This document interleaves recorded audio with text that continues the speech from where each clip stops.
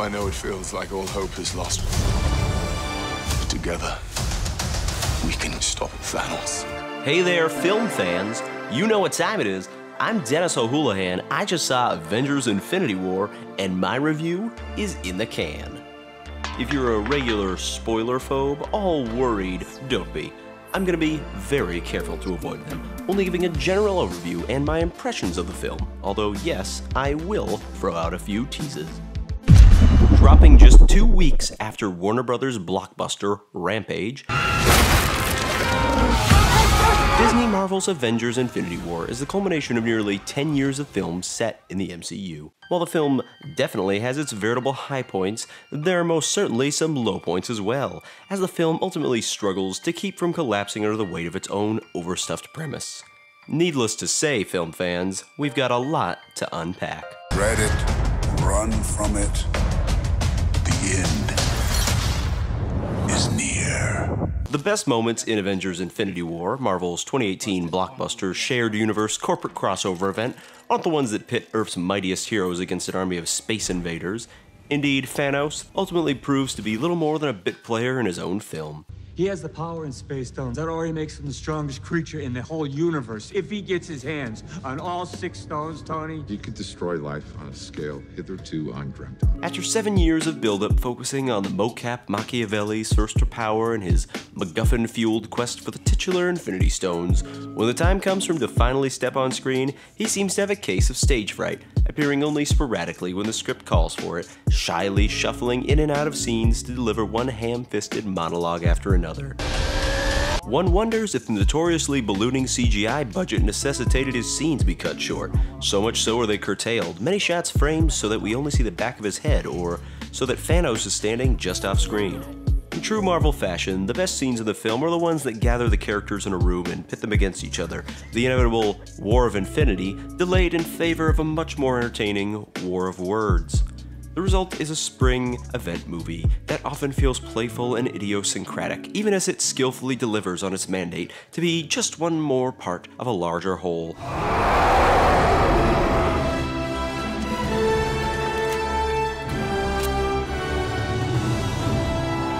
Yet, even at 2.5 hours, this jam-packed sequel has little room for the kind of chatty downtime that distinguished its predecessors. The film doesn't just reassemble the all-star ranks, cramming sardonic billionaire Tony Stark, Robert Downey Jr., bearded super soldier Steven Rogers, Chris Evans, one-eyed thunder god Thor, Chris Hemsworth, reformed blonde assassin Natasha Romanoff, Scarlett Johansson, flinty marksman Hawkeye, Jeremy Renner, and jolly green giant Bruce Banner, Mark Ruffalo, back into the frame together. It also feeds supporting players, borrowed from Disney Marvel's various corporate solo outings into the franchise hub, while devoting additional screen time to the appearance of brand new characters. Tony Stark, we need your help. One is often left reeling, feeling like a schoolboy who hasn't studied for a pop quiz as more and more costumed heroes whiz by the screen in a matinee movie melee seemingly designed more to sell popcorn than cement the film's place in the upper echelon of summer blockbuster genre classics like 2010's The Dark Knight or 2018's surprisingly deft and heartfelt Rampage. At least Robert Downey Jr., quick as ever with the quips and quotes, hits the ground running. The film opens in the upper atmosphere as Tony Stark helps to build a new space defense station in his Iron Man suit. We cross-cut between several different worlds as Thanos attacks Thor, destroying his ship and sending him crashing into Star-Lord and that interstellar family of squabbling, schmaltzy stereotypes, the Guardians of the Galaxy. Wake him up.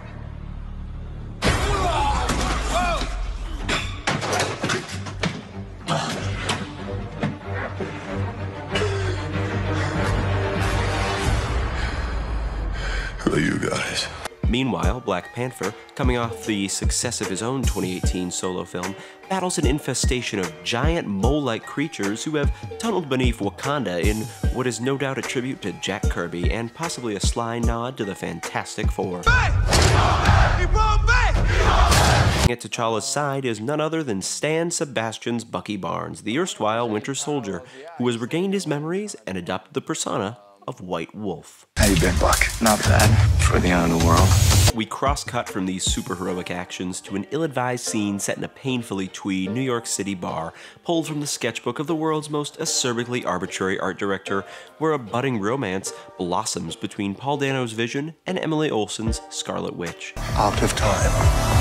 Meanwhile, in a Chicagoland slum, Chris Evans' Captain America breaks up a Chicano prostitution ring, though one wonders, even in a fantasy violence and make-em-up such as this, what the frozen super soldier is doing to combat the city's gun problem. Perhaps less fisting and more community outreach would prove more effective a crime-solving technique, though one shudders to think of the fanboy wailing and gnashing of teeth that would almost certainly ensue from a certain underdeveloped monochromatic segment of the self-identified nerd population, were such an approach ever to be taken.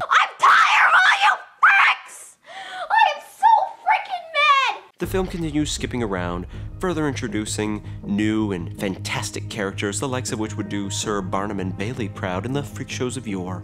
An Ant-Man who is training to be a lawyer and struggles to reconnect with his estranged daughter, a sexually aggressive assassin who longs to recapture her misspent youth, and a teenaged monosyllabic tree, voiced by the incomparable Dwayne "The Rock" Johnson of Rampage fame. You mess with my friend, you mess with me!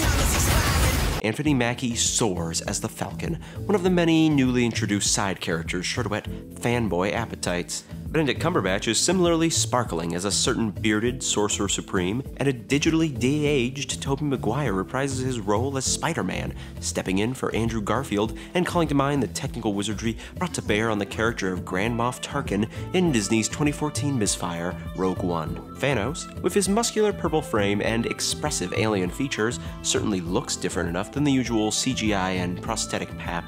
Tell me his name again. Thanos. He's a plague, Tony. He invades planets, he takes what he wants, he wipes out half the population. The film conceives of him as a kind of mad god, his confidence masking homicidal insecurities. And he's been voiced, quite recognizably, it should be said, by none other than Hollywood golden boy Josh Brolin, who sinks his teeth into the Mad Titan's venomous dialogue. The end is near. If Thanos is never quite as menacing as one might hope, it's possibly because the directors also want him to be a source of dark comedy, firing zingers nearly as relentlessly as quippy quipmaster old Tony Stark. Fine. I'll do it myself. He's more interesting nonetheless than the other villains, the Black Order.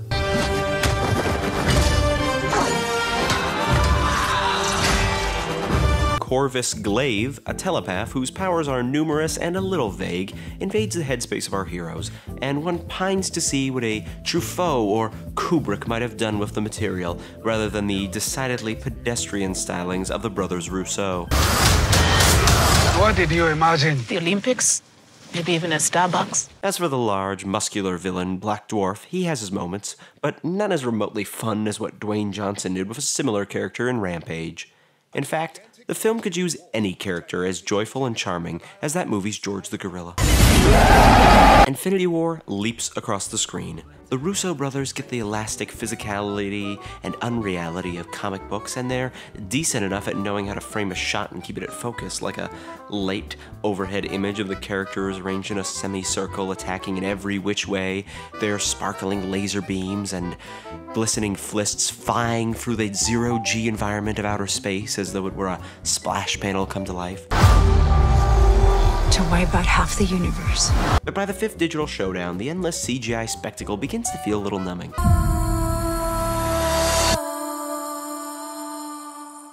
The directors might have learned something from the cleaner, more practical action of Black Panther, or were they granted an early look, the bone-crunching fight choreography of Rampage?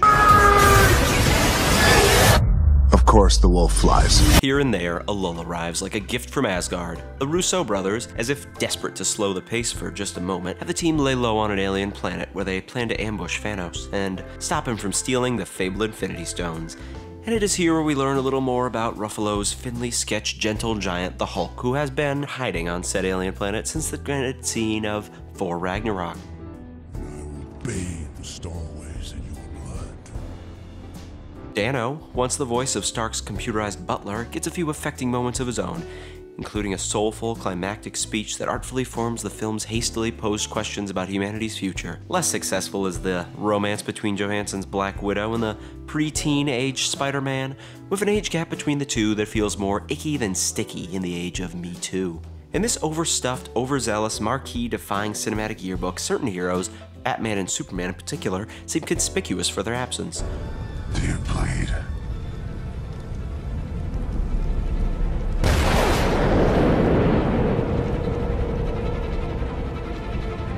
You will. One wonders why Disney would neglect to include Hugh Jackman's Logan after his latest titular, critically lauded film proved that these type of pictures must not always settle for being the juvenile treehouse feeder they so often aspire to.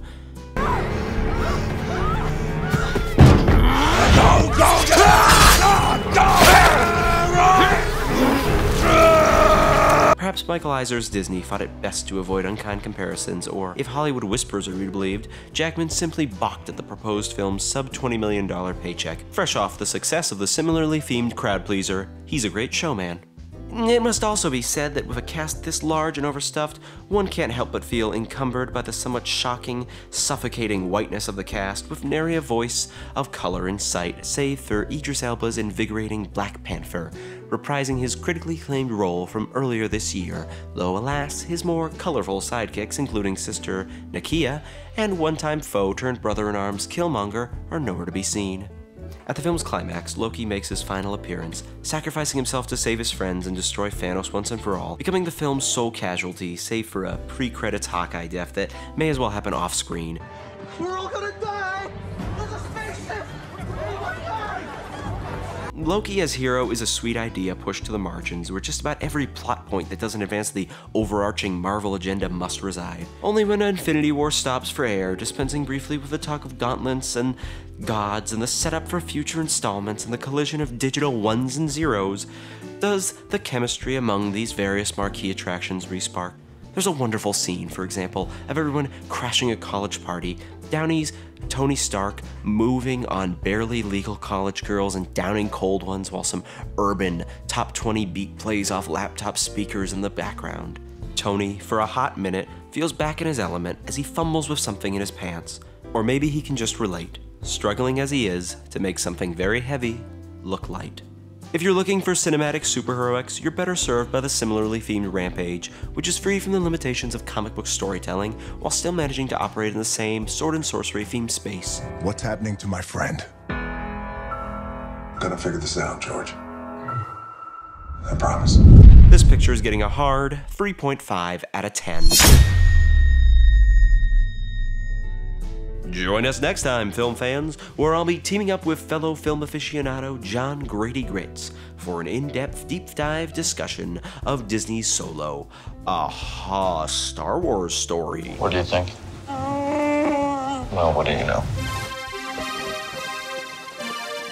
A gigantic mutated wolf, a gigantic mutated crocodile that is the size of a football field that could kick the shit out of Godzilla against me and my best friend George, who is a rare albino gorilla. And let me tell you something right now, me and George, we get our asses kicked. And I don't want to ruin it for you guys, but Jesus Christ. But we don't quit.